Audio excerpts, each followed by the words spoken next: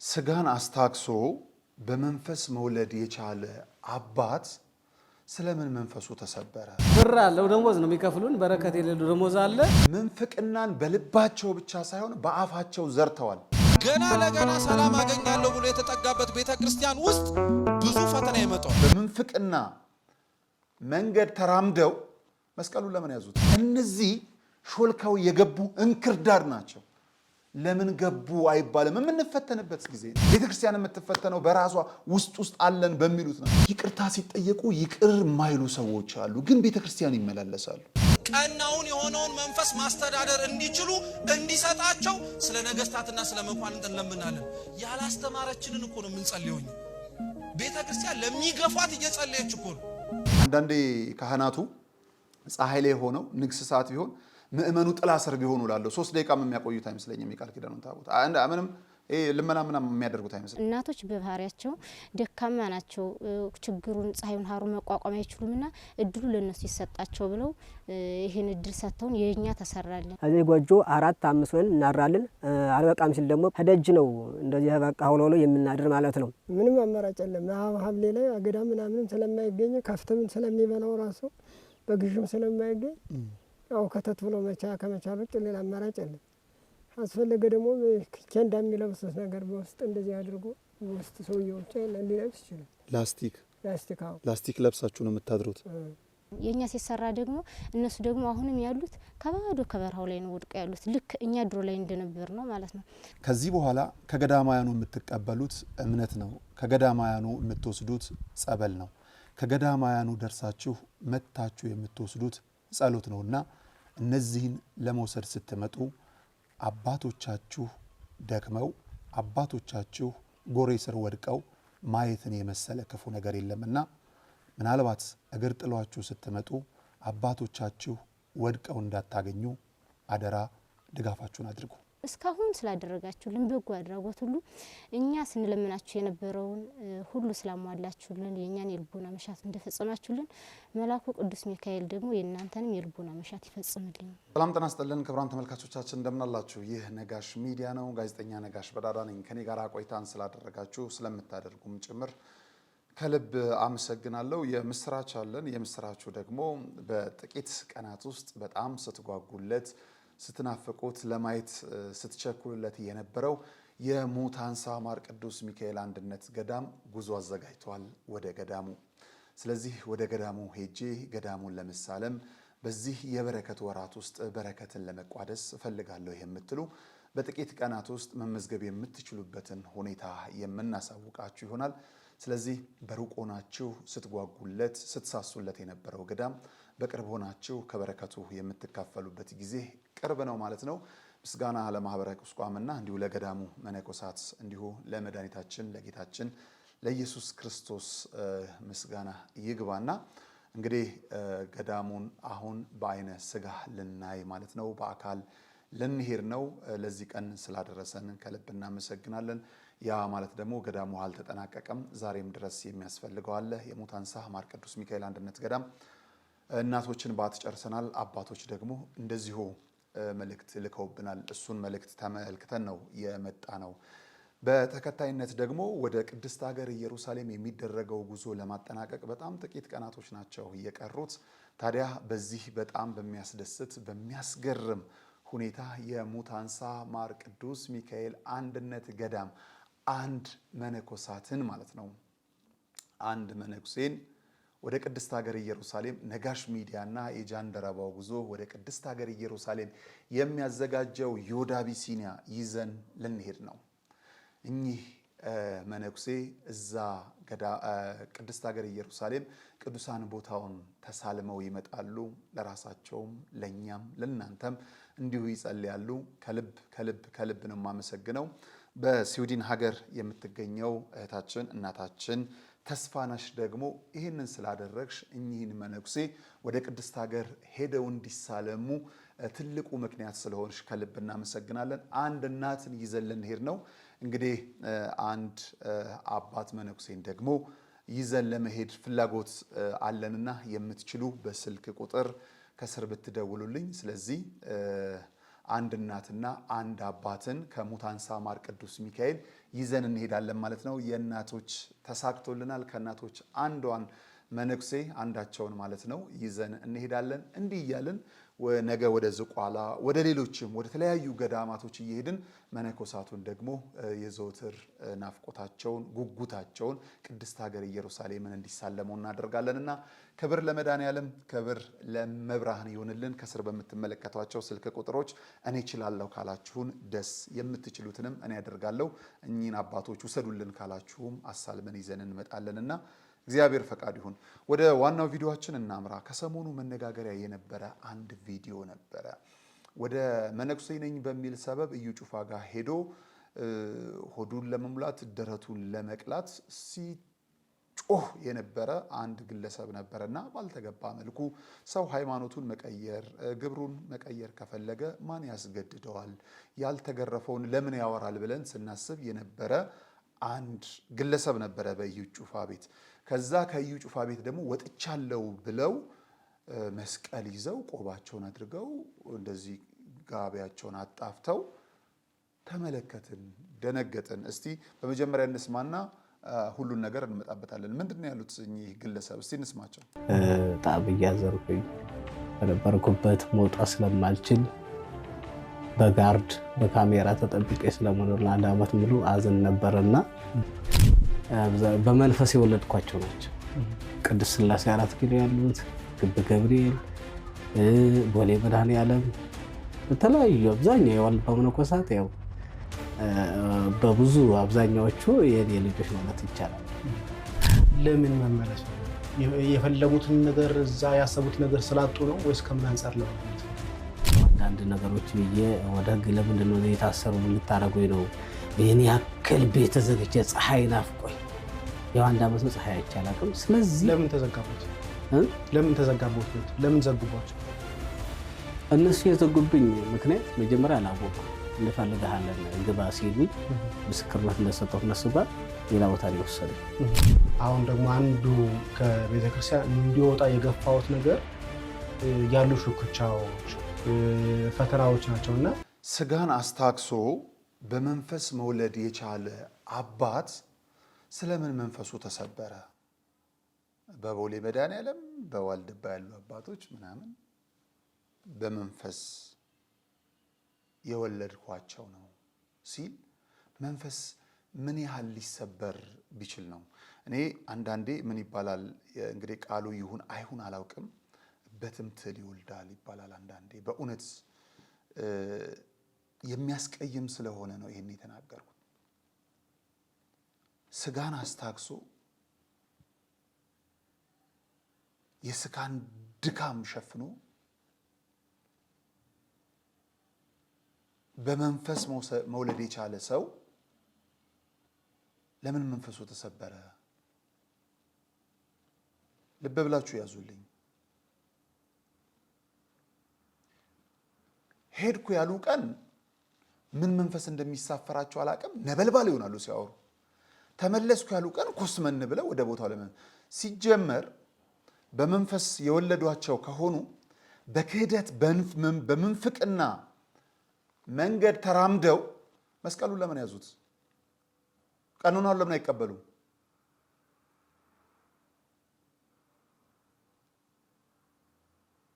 ለነገሩ ባለቤቱን ካልናቋጥሩን አይነቀንቁ የሚባል ነገር ስለሆነ ነው።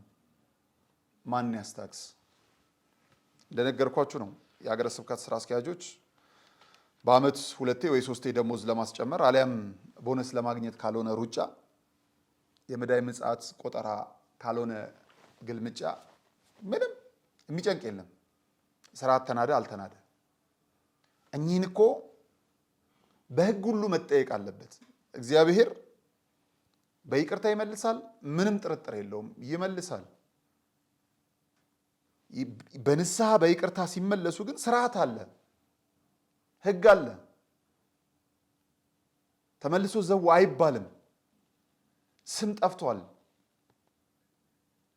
አሁን ይህንን የምልበት ተመልሻለሁ ካሉ በኋላ እውነት ካህን ይሁኑ አይሁኑ አላውቅም። ወንድማችን ጸጋዬ ክፍሉ ከልብ ነው የማመሰግነው። በነገራችን ላይ ሰው በአንድ ምላስ እንዴት ሁለት ራስ ይሆናል? ተመልሻለሁ ብሏል። በጣም የሚገርመው ወደ ቦታቸው ነው የገቡት። መስቀሉን ይዘው ቆባቸውን አድርገው ሄድኩ ባሉበት ሰዓትስ ምንድነው ያወሩት? በጣም የገረመኝ ተመልሻለሁ ካሉት በላይ ሄጃለሁ ባሉት ጊዜ ነበረ ሞራል የነበራቸው፣ ጉልበት የነበራቸው። ለአንድ ዓመት ፀሐይ አላየሁም በጋርድ ሊሆን ይችላል። የነበሩበትን እርሶ ነው የሚያውቁት። ግን ቀጣይ የምናየውን ቪዲዮ መሳሪያ ተደግኖበት አይመስለኝም። ምናልባትን ያልተጠየቁትን ሁሉ ነው ሲያወሩ የነበሩት። ምናልባትም ሰው ለማስደሰት ነበር ሲያደርጉ የነበሩት። ተመልከቱ ሁለተኛውን ቪዲዮ። ክራይስት አርማ አላውቀውም። እግዚአብሔር ነው ወደዚህ መርታ ያመጣኝ። ኢንተርም መደረግ እፈልጋለሁ። ኦርቶዶክስ ላይ ያለ ጣዖት መግለጽ እፈልጋለሁ። በእኔ የተሳሳቱ ብዙ ትውልዶች አሉ ወደ ሰይጣን ዓለም ጣዖታትን ከታቦተ ክርስቶስ ጋር በአንድ ላይ ሰብስባ የምታመልክ እዛ ቤት ሆኖ ትክክለኛ ትምህርት ማስተማር አይቻልም። መድረክ ላይ ወጥቶ ኢየሱስ ብቻ መስበክ አይቻልም። ከባድ ነው። ብዙ ስቃይ አልፍ ያለ በዛ ማህሌት የሚባል አለ። 3 ሰዓት ነው የሚደውለው ማታ። ይኸው እስከ 2 ሰዓት ቀን ነው ማህሌት ቁመን ያሬድ ቅዱስ ያሬድ ይሉታል እነሱ። ያን የደረሰን ግጥም በዛ ሆነን ያንን ስናመልክ ምን ስንል ኒ ማርያም ምስለ ወልድኪ ፍቁርኪ ማርያም ድንግል ሆይ ከልጅሽ ጋር ወደኛ ያልን ጸልይ ነበረ በፊት። የሚገርማችሁ እሱን አቁም ያለ ያው እንግዲህ ደሞዝ አለው ብር አለው ደሞዝ ነው የሚከፍሉን። በረከት የሌለው ደሞዝ አለ። እንሄድን አኔር እንደምስል የእሱ መምህር እኮ ነኝ እኔ። ሰርተክፌት ያለ 15 ዓመት ሙሉ የለፋሁበት የቅዳሴ መምህር ነኝ፣ የሰዓታት መምህር ነኝ፣ የኪዳን መምህር ነኝ፣ የደረግሱ መምህር፣ የባህር ሐሳብ መምህር ነኝ። የኢትዮጵያ መቁጠሪያ የሚባለው ከ3 ዓመት በኋላ ግን እንደ ምስል ሂጄ ቆማለሁ። በቃ እንዲህ ቆማለሁ፣ አልናገርም። ይላሉ እነሱ ዝም። እኔ ምን ሆኑ አሞኛል እንዲህ እያልኩኝ ስንት ጊዜ ገፍቻለሁ። የዛን የኦርቶዶክስ ጉድ ስለማውቅ እነዛ ያሳሳትኳቸውን ተሰብከው ወደ ጌታ መምጣት አለባቸው የሚለው እቅድ ውስጤ ላይ ያለ ቀለም እየበጠበጡ ለስዕል የሚንበረከኩት እንጨት ጠርበው የሚሰግዱለትን ቅዱሳን ከሞቱ በኋላ ለእኛ ቆመው ይጸልያሉ እያሉ ለመናፍስት እየጸልዩ የሚስቡበትን መግለጽ አለብኝ ብዬ እንቅልፍ ነስቶኛል። ሰላም የለኝም በአሁኑ ሰዓት። በጣም በእኔ የወደቁ የተሳሳቱ ሰዎች ስለሆኑ ያለቅሳሉ። መጀመሪያ እኔን ልዳንና እናንተን ከዛ በኋላ ወደ ጌታ እናመጣለን ብለው ሐሳቡን መልስ የሰጠኋቸው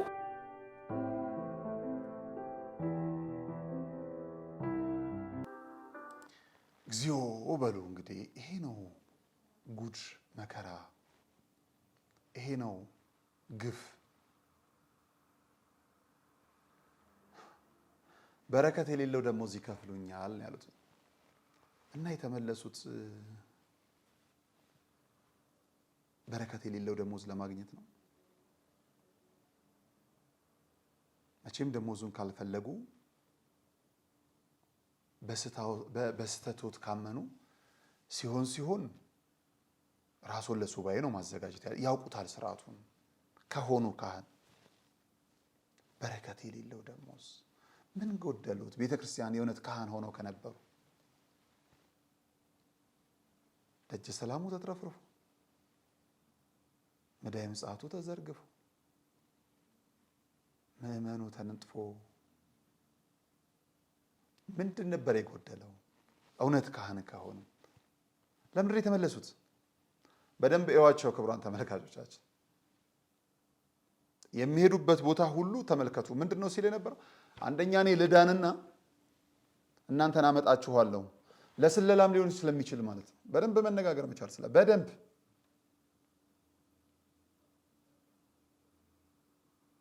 ያንን ቤተክርስቲያን አላውቀውም ኢንተርቪው መደረግ ፈልጋለሁ ብዬ የመጣሁት እኔ ነኝ ብለዋል።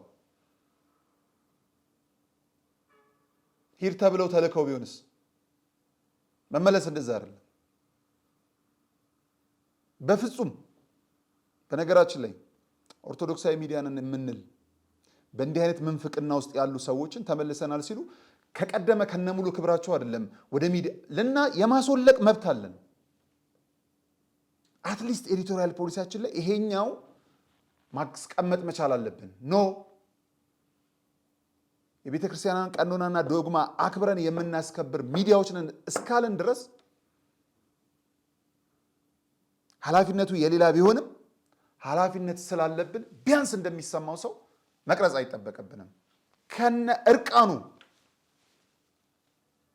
እዛ ሄዶ ላይጣ ሆኖ በሰጠበት ተመሳሳይ ከዛ ቤተ ክርስቲያን የምህረት ቤት ናት።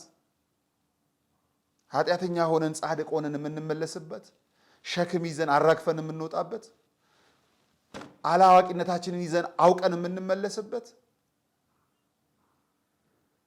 የጽድቅ ቤት ናት።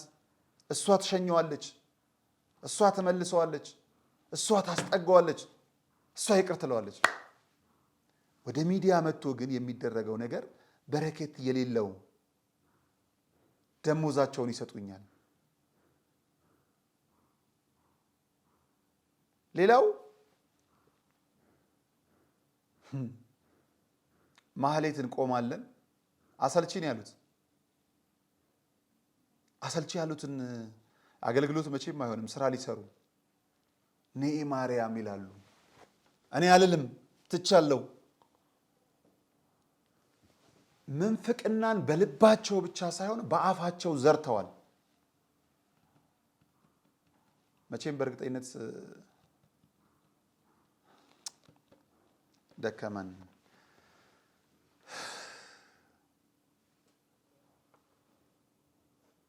በጣም የሚያም ብዙ ነገሮች አሉ። ይህን ቪዲዮ ያመጣሁበት ዋናው ዓላማ እኛ ሰው ሄደ አልሄደ በደጋፊ ብዛት የሚጀመር ሃይማኖት አይደለም ያለን። ሄዶ በመምጣት ውስጥ ግን አታምሱ ነው ባካችሁ፣ አታምሱ። ስትሄዱ የራሳችሁ ጉዳይ ምንል አይደለም። ስለጠፋው በግ የሚገደው አባት አላችሁ። የዛ ልጆች ነን። አዎ ይገደናል። ስትመጡም በጣም ደስ ይለናል። ግን የሆነ ረብሻ በዛ። ሲሄዱም ጋጋታ ነው፣ ሲመለሱም ጋጋታ ነው። ማለት በዚህ የሚመጣ ሆድ፣ በዚህ የሚመጣ ገንዘብ ምን ሊሞላ እንደሚችል አላቅም። ምንድነው የተፈለገው? ለምንድነው ቀስ እየተባለ እየተመጠነ አጀንዳ የሚሰጠን? ለምንድነው ጾማችንን በትክክሉ እንዳንጾም የሚደረገው? እንድንረበሽ እኮ ነው። ሰይጣን ይሄንን ነው የሚሰራው። በጣም በሚገርማችሁ ነገር ቀጣይ ማሳያችሁ ቪዲዮ ጋር የሚገናኝ አንድ ነገር ልንገራችሁ። ወደ ቤቱ ስንመጣ እጅግ ፈተና ይቀርባል። በጣም ወደ ቤቱ የሚገርመው ነገር ሰሞኑን ደግሞ ሰይጣን የሚቃጠልበት ጊዜ ነው። ወደ ቤቱ መተናላ በጾም በጸሎት በኪዳኑ ማታ በሰርክ ጉባኤው በሱባኤው ወደ ቤቱ መተናል። ሰይጣን ቀስ እያለ አጀንዳ ይልክልናል። ተመልሻለሁ ይላል፣ ሄጃለሁ ይላል፣ ፈርጫለሁ፣ ወጥቻለሁ ምናምን። ለምን በዛ ቤት የለም? ይሄ የለም። ይበትናል፣ ይረጫል። እንዴት ነው የምናሸንፈው? ባለመስማት። ሄዷል፣ መንገድን ጨርቅ ያድርግልህ አይደለም። ያለንበት የጾም ጸሎት ነውና እግዚአብሔር ምሕረቱን ይላክልህ ይመልስህ። መታሃል፣ መልካም። በጾም በጸሎት ተወሰን። ስለመጣ እልል ብለህ ከበሮ የምንደልቅ፣ ስለሄደ ደግሞ ኦ ብለን ጩኸት የምናሰማ ከሆነ ዋናው ጸሎታችንን አስረስቶናል። ሰይጣን ይስቃል። ስለዚህ በእንዲህ አይነት ጩኸት በእንዲህ አይነት ጋጋታ ልትታመሱ አይገባም። ስራውን ነው እየሰራ ያለ ሰይጣን። እሱን አንከተለው። በጣም በሚገርም መልኩ እስቲ ተከታዩን ቪዲዮ አይተን እንመለስ። ከዚሁ ቪዲዮ ጋር የሚተያይ ስለሆነ ሳንመጣ ቤተ ክርስቲያን ጥሩ ነበር። ልክ የገባን ጊዜ ላይ ግን የፈተናው በር በሙሉ ይከፈታል። ብዙ መከራ ይመጣል። ገና ለገና ሰላም አገኛለሁ ብሎ የተጠጋበት ቤተ ክርስቲያን ውስጥ ብዙ ፈተና ይመጣል። በዚህም በዛም ከፊትም ከኋላም ብዙ መከራ በር ሲከፈትበት እንዴ ሰላም አገኛለሁ ብዬ ቤተ ክርስቲያን ውስጥ በገባ ተበጥብጬ ልትረፈው እንዴ ብሎ አንዳንድ ሰው ከእግዚአብሔር ፊት ለመጠጋት መሞከሬ ነው ይሄንን ሁሉ የፈተና በር የከፈተብኝ ብሎ እኮ ይጠፋል። ልጸልይ በመጣ እኮ ነው፣ ላስቀድስ በመጣ እኮ ነው የሆነ ነገር አይቼ ይሄንን መዘዝ ደግሞ እያየው መኖር እንዴት ብሎ እግዚአብሔርስ ይሆናል ብሎ እያንዳንዶቻችን ከማስቀደስ ኪዳን ከመቆም ማህሌቱን ከማድረስ ሰርክ ጉባኤ ከመማር ንስሐ ከመግባት ቅዱስ ቁርባን ከመቀበል የተከለከሉ። ሰይጣን እኮ በነገራችን ላይ እኛን ከክርስቲያናዊ ሕይወት ለማራቅ ሩቅ ነገር የሚሄድ እንዳይመስላችሁ። ለሱ እኛን በኃጢአት መጣል በጣም ቀላል ነው። ብዙ ዓመት የነበረው ልምድ ስላለ ማለት ነው። ትልቁ ትልቁ የሰይጣን ድሉ እኛን ኃጢአት ውስጥ መቅዘፍ አይደለም ይላል ቅዱስ ዮሐንስ ዘሰዋስው።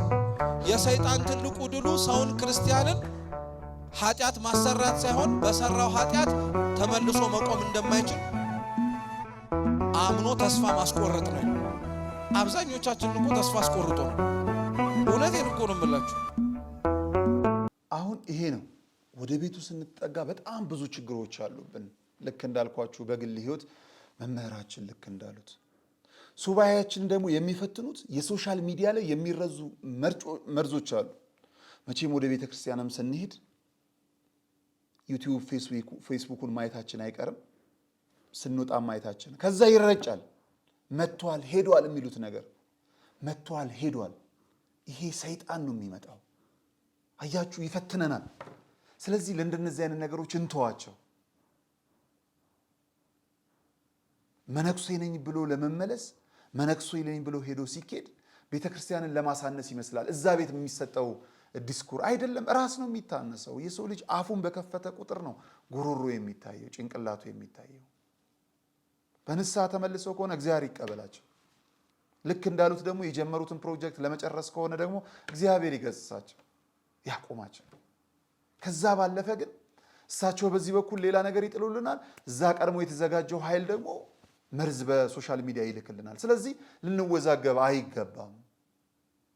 እኔ አንድ በጣም የገረመኝ ትላንትና ሶሻል ሚዲያ ሲያራግበው የነበረ ትልቅ ነገር ነበርና ምን ያህል መውረዳችን ነው፣ ምን ያህል ማነሳችን ነው፣ ምን ያህል ዝቅ ብለን መታየታችን ነው፣ ምን ያህል በረከት ቢርቀን ነው ብዬ ያሰብኩት አንድ ጉዳይ ነበር። ስልክ በቅዳሴ ሰዓት ወደ ቤተ ክርስቲያን ይዞ መግባት ተከለከለ ተብሎ ሕግ ሲወጣለት ከልብ ያዘንኩኝ። ቤተ ክርስቲያን ውስጥ እኮ በተጻፈም ባልተጻፈም ሕጎች ነው የምንመራው። በቅዳሴ ሰዓት በንጉሱ በሙሽራው ሰዓት ትተን እኮ ለፌስቡክ እኮ ካጎበደድን ለዚህኛው ዓለም ለሁለተኛው ጌታ ነው የተገዛው። ከኔ በቀር ሌላ አምላክ አታምልክ። ከአምላክ የሚበልጥ ነገር እኮ መጥቷል ብለን ወደ ማምለክ ደረጃ ሄደን እኮ ነው ካህናቱ ስልካቸውን የሚጎረግሩት። መሆን ነበረበት፣ እንደ ዜና መነገር ነበረበት። ሲጀመርስ መታሰብ ነበረበት ወይ ስልክ ይዞ ቤተክርስቲያን መግባት? አንድ ነገር አየሁ ሶሻል ሚዲያ ላይ በጣም አዘንኩ። ራሱን ዲያቆን ነኝ ብሎ የሚጠራ ነው። አንዲት ሴት ልጅ ስር ገብቶ ያደረገው የብልግና ቃል ኮሜንት ነው። እሱን ተከትለው ኮሜንቱን ያደረገውን ክሊክ እያደረጉ ሲያስገቡበት ዲያቆን ነው። እነዚህ ሾልካው የገቡ እንክርዳድ ናቸው። ለምን ገቡ አይባልም። የምንፈተንበት ጊዜ ነው። ቤተክርስቲያን የምትፈተነው በራሷ ውስጥ አለን በሚሉት ናቸው።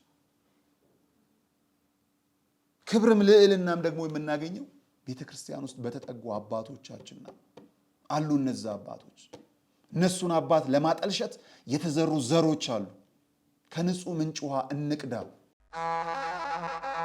ወደ ቅድስት ሀገር ኢየሩሳሌም ልዩ መንፈሳዊ ጉዞ ከዮድ አቢሲኒያ አስጎብኝና የጉዞ ወኪል ጋር ሁሌም በምንሰጠው አገልግሎት ከበሬታና መሬታ የተቸረው ድርጅታችን ዮድ አቢሲኒያ ዛሬም እንደ ትላንቱ ደረጃውን በጠበቀ መስተንግዶ፣ ጥንቃቄና ኃላፊነት ባለው አሰራር የምዕመናንን ደህንነት ጠብቀን ሁሉንም ቅዱሳን ስፍራዎች ለእኩለ ጾምና ለፋሲካ ለማስጎብኘት ወደ ቅድስት ሀገር ኢየሩሳሌም ጉዞ ምዝገባ ጀምረናል። እርሶም የታደሰ ፓስፖርቶን በመያዝ ቦሌ ብራስ ሆስፒታል አጠገብ ዮድ አቢሲኒያ የባህል ምግብ አዳራሽ ቅጥር ግቢ ውስጥ ወይም 4 ኪሎ ቅድስት ሥላሴ መንፈሳዊ ኮሌጅ አንደኛ ፎቅ ላይ ከሚገኘው ቢሮአችን ፈጥነው ይመዝገቡ።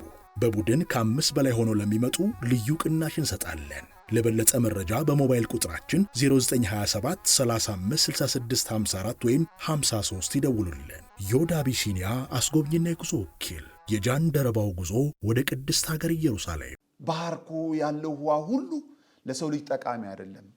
አንዳንዱ ጨዋማ ነው፣ አንዳንዱ መርዛማ ነው፣ አንዳንዱም ደግሞ እንጠጣዋለን። ወደ ቤተ ክርስቲያን ውስጥ የገባው ሁሉ የቤተ ክርስቲያን ናቸው ማለት አይደለም። እዛ ውስጥ ቤተ ክርስቲያን ውስጥ ስለተገኙ ደግሞ እኚህ ካህናት፣ እኚህ ዲያቆናት፣ እኚህ ጳጳሳት ደግሞ አይደሉም። ጳጳሳቱን ለማጠለም የገቡን ክርዳዶች አሉ። ካህናቶቹን ለማጨለም የገቡን ክርዳዶች አሉ። እነሱን እንዲህ ስናቅ እንለያቸዋለን። ዋናው ዓላማ አባቶች እንዳናገኝ፣ አባቶች እንዳይኖረን፣ ንስሐ አባት አልቀረም እንዴ ማለት ጀምሯል። ድቁና ለሴት እየሰጡ እዛ ከአባቶች ጋር ማጋጨት ማለያየት ነው። ከትላንት ወዲያ የነበሩን አስተሳሰቦች ዛሬ አይሆኑም። ነቅተናል፣ ቆመናል። እንድንጮህ አባቶች እንድንናገር ነው የሚፈልጉት። ከዘገየም ቢሆን የገባን እልፍ ነገሮች ስላሉ አባቶቻችንን ሳይሆን አባቶቻችንን ለማጨለም የገቡትን እየነጠልን እናወጣቸዋለን። ቤተክርስቲያን ስንዱ ናት። በመላው ዓለም ልክ እንደ ትልቅ ሰበር ዜና ሞባይል ስልክ ይዞ መግባት ክልክል ነው። ክልክል እኮ ነው። ሞባይል ስልክ አይደለም የዓለም ሐሳብን ይዞ መግባት እኮ ክልክል ነው። የዓለም ሐሳብ አይገባም። ስጋም ነፍስም ለእግዚአብሔር ነው የሚገዙት። ምንም ቀዳሹ እኮ የክርስቶስ ምሳሌ ነው። ካህኑ ስጋው ደሙን እኮ ነው የሚያበላን የሚያጠጣን። የገባቸው ካህናቶች ደግሞ እኮ አሉ። ነግረናችሁ የለ ከዚህ በፊት ቅዳሴውን ለመቀደስ ልብሰ ተክህኖን አስባርከው ከለበሱ በኋላ የወንድማቸውን ሞት የሰሙ ሌላኛው ካህን ግድ የለም እኔ እሸፍናለሁ እርሶ ይሂዱ አይደለም። ክርስቶስ ፈጠረው የክርስቶስ ነው። ቅዳሴን ሲጨርስ ወደ ቀብሩ ሄዳለሁ። እንዲህ አይነት አባቶች እኮ ደግሞ አሉን። ስልክ ይዞ መግባት ክልክል ነው ሲባል ደነገጥኩ። ለካ እስከ ዛሬ ድረስ ይቻላል የሚል ነው ግልባጩ።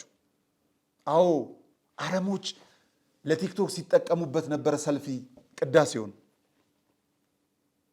ባይሆን ለምእመኑ ተከለከለ ቢባል ትልቅ ዜና ለኔ ምእመኑ ወደ ቤተ ክርስቲያን ሲገባ ስልክ ይዞ እንዳይገባ ተከልክሏል ቢባል ነው ትልቅ ዜና። በቅዳሴ ሰዓት ሲባል ግን አዘንኩ። አያችሁ፣ ሁሉን ነገር ከተውነው እግዚአብሔር ሰላም ነው። ሁሉን ነገር ከሰጠነው እግዚአብሔር መሐሪ ነው። እግዚአብሔር ይሰጣል። ልሳነ ክርስቶስ መምህር ጳውሎስ መልካ ስላሴ ተከታዩን ቪዲዮአቸውን ላሰማችሁ ፈለኩ። ስሟቸው። እግዚአብሔር የደስታችን ምንጭ፣ እግዚአብሔር የበረከት ምንጭ፣ እግዚአብሔር ሁሉ ጊዜ ትክክል ስላልሰማኝ አመሰግናለሁ ብሎ የሚያውቅ ሰው ይኖር ይሆን? ጠቢብ ሰው እንደዚህ ነው።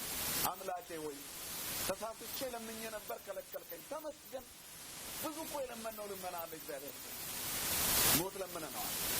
ከሚስቶቻቸው ጋር ሲጣሉ ባሎች ፍቺ ይለምኑታል። ምን ነው ባልተጋፋው? አሁንስ በተለየዋት ይላል። ምን ነው ይህን ሰውዬ በተለየሁት?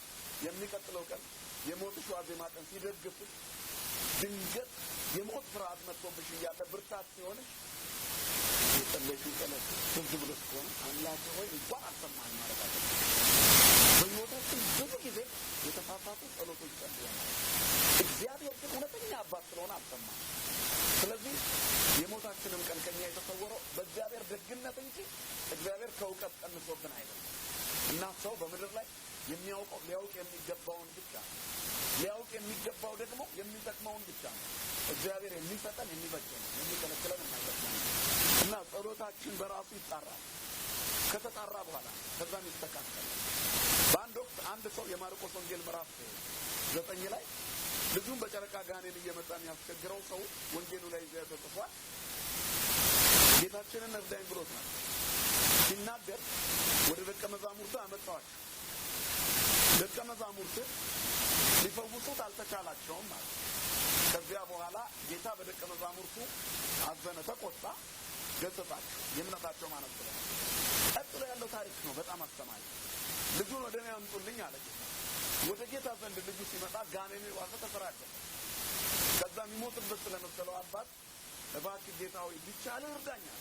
ሁሉን ማድረግ የሚችለውን አምላክ ቢቻልህ አለ። ስለምን ቢቻልህ አለ? ለሚያምን ሁሉ ይቻላል እኮ አለ።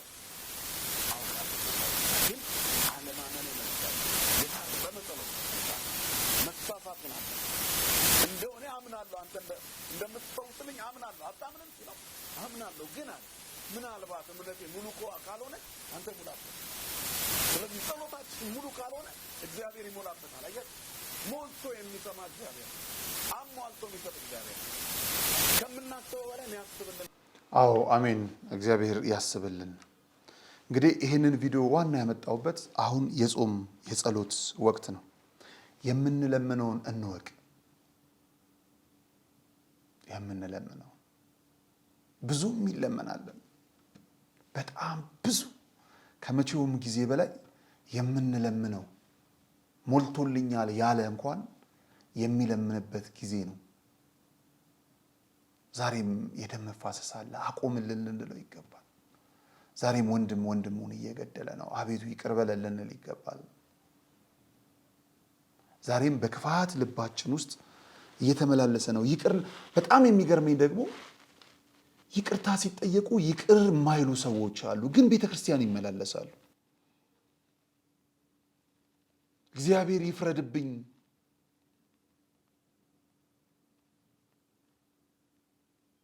ላጠፋው ጥፋት እግዚአብሔር ይፍረድብኝ ስንላቸው የማይሰሙ አሉ። ግን የእግዚአብሔር ነኝ ይላሉ። ልብ ይስጣቸው። አጥፍታችኋል ብለው ዘወትር የሚከሷችሁ አሉ። አዎ አጥፍቻለሁ፣ ጥፋቴም ልክ የለውም ብላችሁ ትነግሯችኋላችሁ። ምን ልቀጣ? የመጨረሻው ቅጣት እሱ ነው። እግዚአብሔር ይፍረድብኝ ላጠፋው ጥፋት። ግን እናንተ ይቅር በሉን ስትሏቸው አይተውም። እንደ ጀርባ ቅማል ሁሌ ይከተላሉ። ለነዚህ ሰዎች ልብ ይስጣቸው። ጾሙን ጾም ከማያደርጉላችሁ ሰዎች ይሰውራችሁ።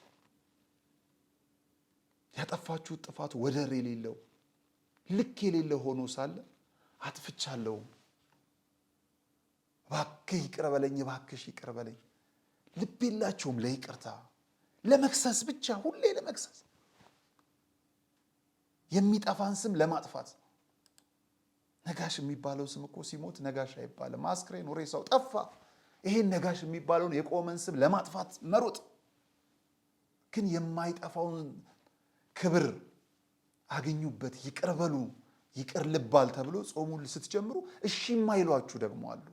እነዚህ ልብ ያራራቸው፣ ልብ ይስጣቸው። ታረቁ ስትሏቸው የማይታረቁ በአባቶችም እኮ አሉ። ታረቁ፣ አንታረቅም፣ እከሌ አያስታርቀንም፣ እከሊት አታስታርቀንም የሚሉ አመፀኞች አሉ። ግን አባት ነኝ ይላሉ። የአባትነት ቦታ ላይ የሚቀመጡ አሉ። በልባቸው ክፋት አዝለው ቤተክርስቲያን የሚገቡ፣ በኪሳቸው መዳይ ምጽአት ሞልተው የሚወጡ፣ በልባችን የክፋት ጾር ሰብስበን ቤተክርስቲያን የምንገባ፣ ስንወጣ በሐሜት የምንወጣ አማኞች።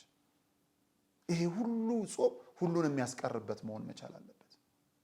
ፋይል እኮ አውርደን ስልካችን ውስጥ የምናስቀምጣለን፣ ለክፉ ቀን ይሆናል። ይህን ስራ ስሰራ እንዴት እያመመኝ እንደምሰራ ልነግራችሁ አልችልም። ክቡራን ተመልካቾች፣ የኔን ጉድፍ የኔን ሸክም የተሸከመው አምላክ ምን ያህል እንደሆነ አውቃለሁ። ግን ስራ ነው። ለዛ ለማሳየት የምመጣ እንጂ ካሳየሁት በኋላ እንደምረሳው ታውቃላችሁ። በእኛ የኤዲቶሪያል ፖሊሲ ትላንት የክርስቶስ ዛሬ ክርስቶስን እንድናገኝበት የተሰጠን ጊዜ ነው። ነገም የሱ ነው። በዓለማዊ ሚዲያ ቢሆን የትላንት ታሪክ እየተመዘዘ ነገ ድረስ ይጓዛል። በዚህ በመንፈሳዊ አገልግሎታችን ግን ትላንት ክርስቶስ በይቅርታ ይቅር ካለው እኛ ምን አገባን ብለን የምንተወው ነው። እንዲህ ንክስ አድርገን ሰውን የምንይሳው ዛሬ ላይ እየሰሩት ባሉት ነገር ሙያው ስለሚያስገድድ እንጂ ከልብ ጋር ከራስ ማንነት ጋር የሚገናኝ አይደለም። እንዴት ፈታኝ እንደሆነ ልነግራችሁ አልችልም ይህን ስራ ስንሰራ። ለማንኛውም እግዚአብሔር መሐሪ ነውና ጸሎታችንን እናስተካክለው። ምን ነው በሞትኩ፣ ምን ነው እግሬን በቆረጠው፣ ምን ነው በተውኩ።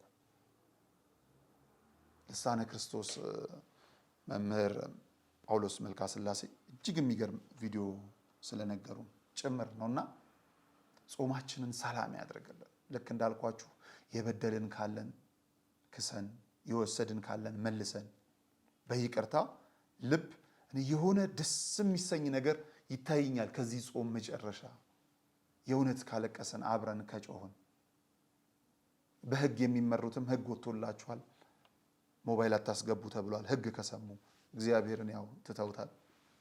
እኛም በዛው ልክ ወደ ቅዳሴው ስንገባ እሱን ትተን የእውነት ከተመላለስን፣ ለማንኛውም ይቅርታ ስንጠይቅ ይቅር የሚሉ ልቦችን እግዚአብሔር ያዘጋጅልን። ይቅር ለሚሉ ሰዎች ደግሞ እግዚአብሔር የበለጠውን ምህረት ያድርግላቸው ይስጣቸው እግዚአብሔር ይስጣቸው ሰው በድሉ ምንም የበደሉ ጥግ እላይ ቢደርስ እንደየበደሉ ቅጣት ያገኛል እግዚአብሔር ከሚቀጣ ሌላ ማን ይቀጣል ሰው ምን ሊቀጣ ይችላል እግዚአብሔር ይቅጣኝ ካለ ከኛ ጋር ስላላችሁ ክቡራን ተመልካቾቻችን ከልብ ነው የምናመሰግነው ወደ መጨረሻው ቪዲዮአችን እናምራ የዚህ የጾም ጸሎት ጊዜ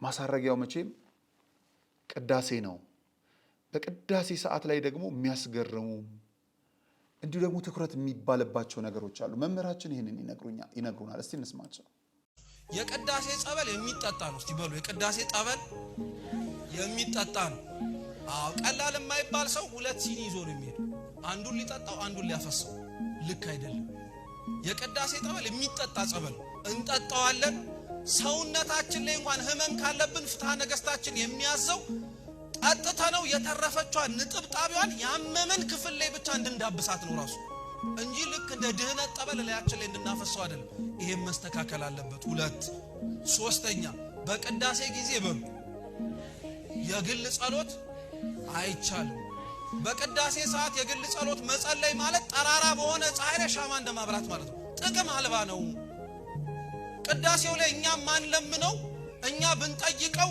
እግዚአብሔር አምላክ ሊያረግልን የሚፈልገው ልመና በሙሉ አለ አትጠራጠሩ ሊያውም ማን ለምናቸው ልመናዎች ራሱ አሉ ምሳሌ ልስጣችሁ አንድ ምሳሌ እንኳን እስቲ ከልባችሁ ሆናችሁ ብፁዕ አባታችን ያዩ በደንብ አርጋችሁ መልሱ እስቲ ስለ ነገስታትና ስለ መኳንንት ስለ መንግስት ባለስልጣናት ጸልያችሁ ምታውቁጃችሁ ነው ብትጸልዩ ራሱ ብንጸልይ ምንድነው የምንለው ይድፋቸው ነው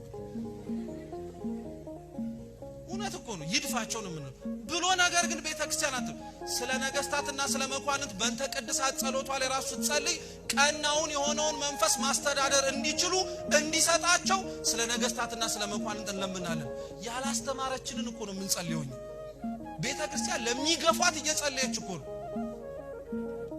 ይሄ ጸሎት እኛም ማንጸልየው ጸሎት እያለ እኛ መዝገበ ጸሎታችንን ከፍተን እንፋጠጣለን ልክ አይደለም በቅዳሴ በየትኛውም ክፍለ ጊዜ ላይ የራሳችንን ጸሎት መጸለይ አንችል ልጨምርላችሁ ኪዳንም ላይ አትችሉ ልጨምርላችሁ ሰዓታቱም ላይ አትችሉ ልጨምርላችሁ መሐሌቱም ላይ አትችሉ ሁሉም ጸሎት ላይ የማህበር ጸሎት ከሆነ መሳተፍ አለብን አናውቀውም እንላለን ካልሰማነው እንዴት እናውቀዋለን የግላችንን ስራ የምንሰራ ከሆነ ይሄ ሶስተኛው ማወቅ ያለብን ነገር በቅዳሴ ጊዜ ላይ ምን ጸሎት አይጸለይም በሉ እንጂ አይዟችሁ ባይዋጥላችሁ ቀስ እያለ ይወርዳል አይዟችሁ ሶስተኛው የቅዳሴ ጸሎት ላይ ግል ጸሎት አይጸለይም አራተኛው በስርዓተ ቅዳሴ ላይ መንቀሳቀስ አይቻልም እየሰማችሁ ነው አው ቀላል የማይባል ሰው በስርዓተ ቅዳሴ ላይ በጣም ይንቀሳቀሳልና አንዳንዶቻችን ለምንድነው ቁሙ ምናምን እንላለንና ለምንድነው የምትቆሙት ሲባል አይ በስርዓተ ቅዳሴ ላይ መላእክቱ እንደ ሻሽ ስለሚነጠፉ እነሱን እየረገጣቸው ስለምትሄዱ ነው ይባላል ይሄ በመሰረቱ ልክ አይደለም ለምን መሰላችሁ መላእክት ረቂቃን ናቸው መላእክትን ተረግጣላችሁ ማለት ነፋሱን እየረገጣችሁ ትሄዳላችሁ ለማለት መላእክቱ እንደ ሻሽ ይነጠፋሉ የሚባለው ቤተ መቅደሱ ላይ ስለሚሰዋው ስለ አምላክ ስጋና ደም ክብር ብለው ራሳቸውን ዝቅ ያረጋሉ ለማለት በስርዓተ ቅዳሴው ላይ አትንቀሳቀሱ የሚባለው መመሪያ ይሄም ተመሳሳይ ግልጽ ነው ገብቷችሁ ስለዚህ ስርዓተ ቅዳሴው ላይ አራተኛው ምን ማረጋችሁ መንቀሳቀስ እስቲ በው አምስተኛው ከብዙ በጥቂቱ ደግሞ በስርዓተ ቅዳሴው ላይ ማድረግ የማይፈቀድልን ነገር ቢኖር እትው በሰላም ሳይባል ሜዳንቺ ይሰማችሁ የስርዓተ ቅዳሴው መጨረሻው ክፍል በሰላም ግቡ የሚል ነውና በሰላም ግቡ የሚባለውን ዲያቆናት አሁን በጣም ተቸግረን እትው በሰላም የሚለውን በሰላም ወደ ቤታችሁ ግቡ እንላለን አይባልም እትው በሰላም ግቡ ነው የሚባል ትርጓሜው ምን ማለት መሰላችሁ በሰላም እናንተ የቀመሳችሁትን እናንተ ያወቃችሁትን እናንተ አስቀድሳችሁ ያያችሁትን ክርስቶስን ደሞ ወደ ዓለም ግቡና ሌሎች ሰዎችን ይዛችሁና እንዲቀምሱ አድርጓቸው ለማለት የተልእኮ ስራ በሰላም ወደ ቤታችሁ ግቡ አይባልም በሰላም ወደ ዓለም ግቡ እናንተን ያሸነፋችሁ ክርስቶስ ሌላውን እንዲያሸንፍ ሌሎችን ይዛችሁ ማለት ግልጽ ነው ገብቷችሁ ጥሩ ያስተማረን የመከረን አምላካችን ስሙ የተመሰገነ ይሁን አሜን መምህራችን ቃልዮት ያሰማልን። እንዲህ አይነት መምህራኖች ያስፈልጉናል። ከመጨረሻው ስንነሳ አሁን ቤተክርስቲያን ላይ እትው በሰላም ግቡ የሚለው ዲያቆን እየናፈቀን መጣ። መሀል ላይ መዓት ዝባዝንኬዎች አሉ።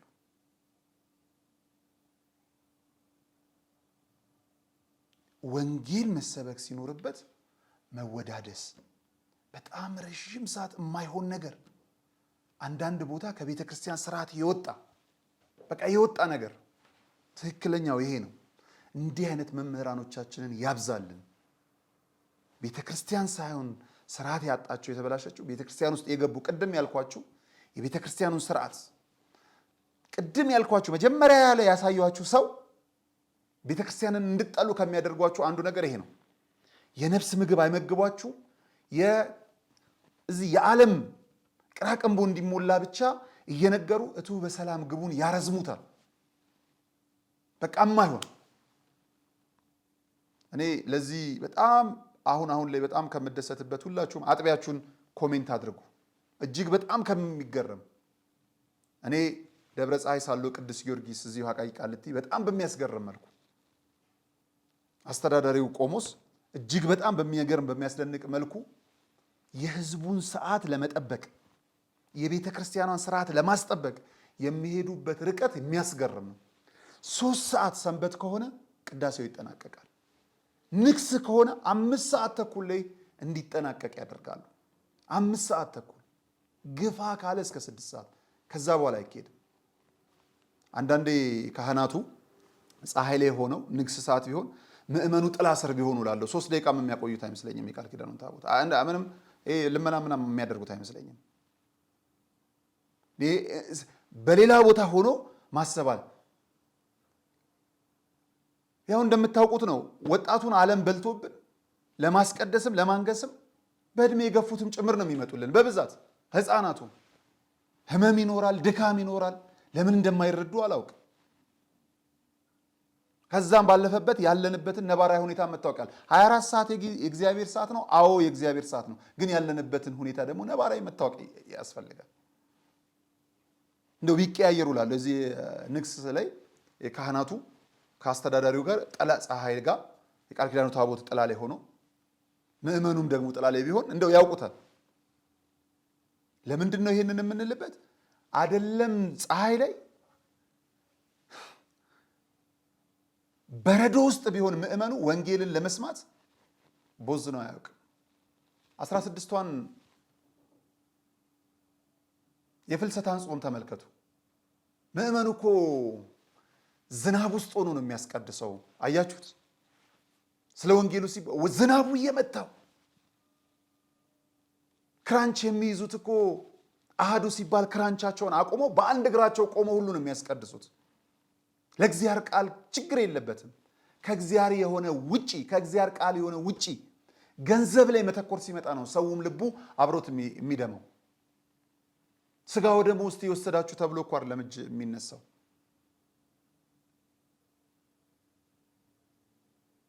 ስጋ ወደሙ እኮ የወሰደ አይደለም ለማበረታቻ ተብሎ በሰውኛ መድረክ ላይ ስሙ የሚጠራው ብዙ ገንዘብ የከፈለ ነው።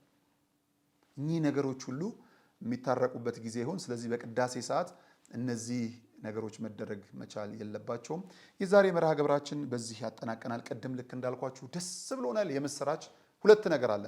የሙታንሳ ማር ቅዱስ ሚካኤል አንድነት ገዳም መነኮሳትን ወደ ቅድስት ሀገር ኢየሩሳሌም ውሰዱልን። በስጋ እናት አባት የሌላችሁ በመላው ዓለም ያላችሁ በረከቱ እንዲደርሳችሁ እኚህ መነኮሳት ይደውሉልን ደውሉልን፣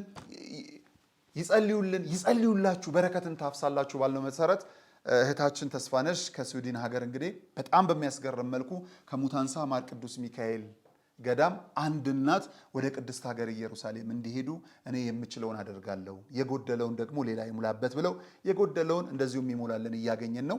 ለማንኛውም በየትኛውም መልኩ አንድ እናትን ከሙታንሳ ማር ቅዱስ ሚካኤል አንድነት ገዳም ነጋሽ ሚዲያና የጃንደረባው ጉዞ ወደ ቅድስት ሀገር ኢየሩሳሌም ዮድ አቢሲኒያ ለትንሣኤ በዓል አሳልመን እንመልሳለን።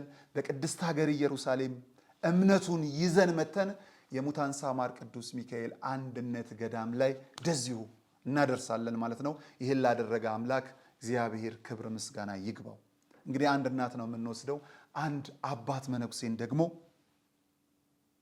እንድንወስድ አግዙ።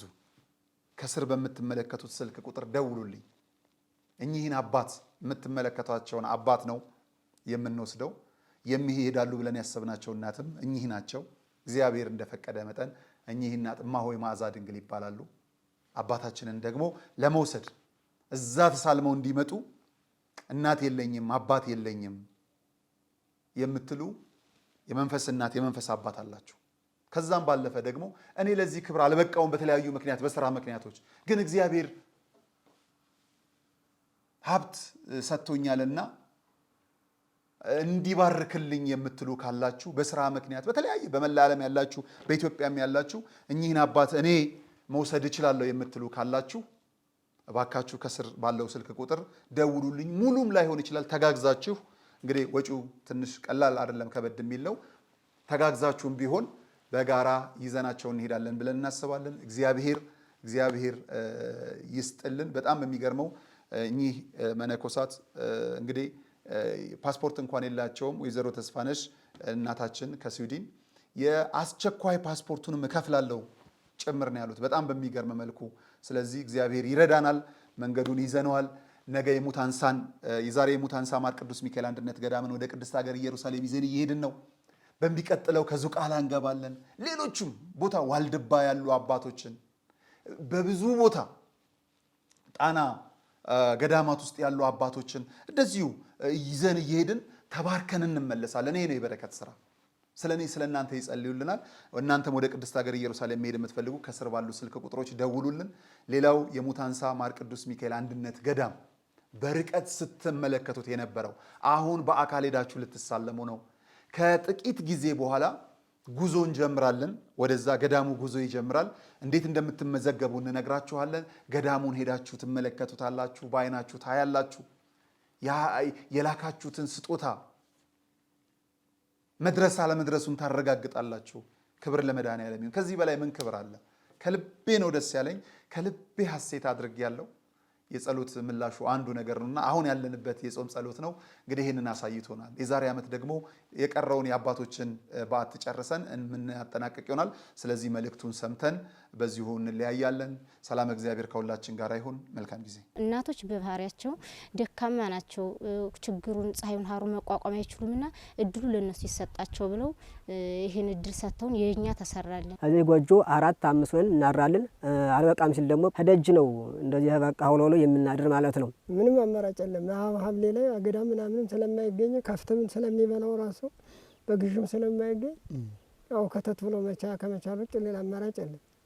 አስፈለገ ደግሞ ኬንዳ የሚለብሱት ነገር በውስጥ እንደዚህ አድርጎ በውስጥ ሰውየው ሊለብስ ይችላል። ላስቲክ ለብሳችሁ ነው የምታድሩት። የኛ ሲሰራ ደግሞ እነሱ ደግሞ አሁንም ያሉት ከባዶ ከበረሃው ላይ ነው ወድቀው ያሉት። ልክ እኛ ድሮ ላይ እንደነበር ነው ማለት ነው። ከዚህ በኋላ ከገዳማያኑ የምትቀበሉት እምነት ነው። ከገዳማያኑ የምትወስዱት ጸበል ነው። ከገዳማያኑ ደርሳችሁ መታችሁ የምትወስዱት ጸሎት ነውና እነዚህን ለመውሰድ ስትመጡ አባቶቻችሁ ደክመው አባቶቻችሁ ጎሬ ስር ወድቀው ማየትን የመሰለ ክፉ ነገር የለምና ምናልባት እግር ጥሏችሁ ስትመጡ አባቶቻችሁ ወድቀው እንዳታገኙ አደራ ድጋፋችሁን አድርጉ። እስካሁን ስላደረጋችሁልን በጎ አድራጎት ሁሉ እኛ ስንለምናችሁ የነበረውን ሁሉ ስላሟላችሁልን የኛን የልቦና መሻት እንደፈጸማችሁልን መልአኩ ቅዱስ ሚካኤል ደግሞ የእናንተንም የልቦና መሻት ይፈጽምልኝ።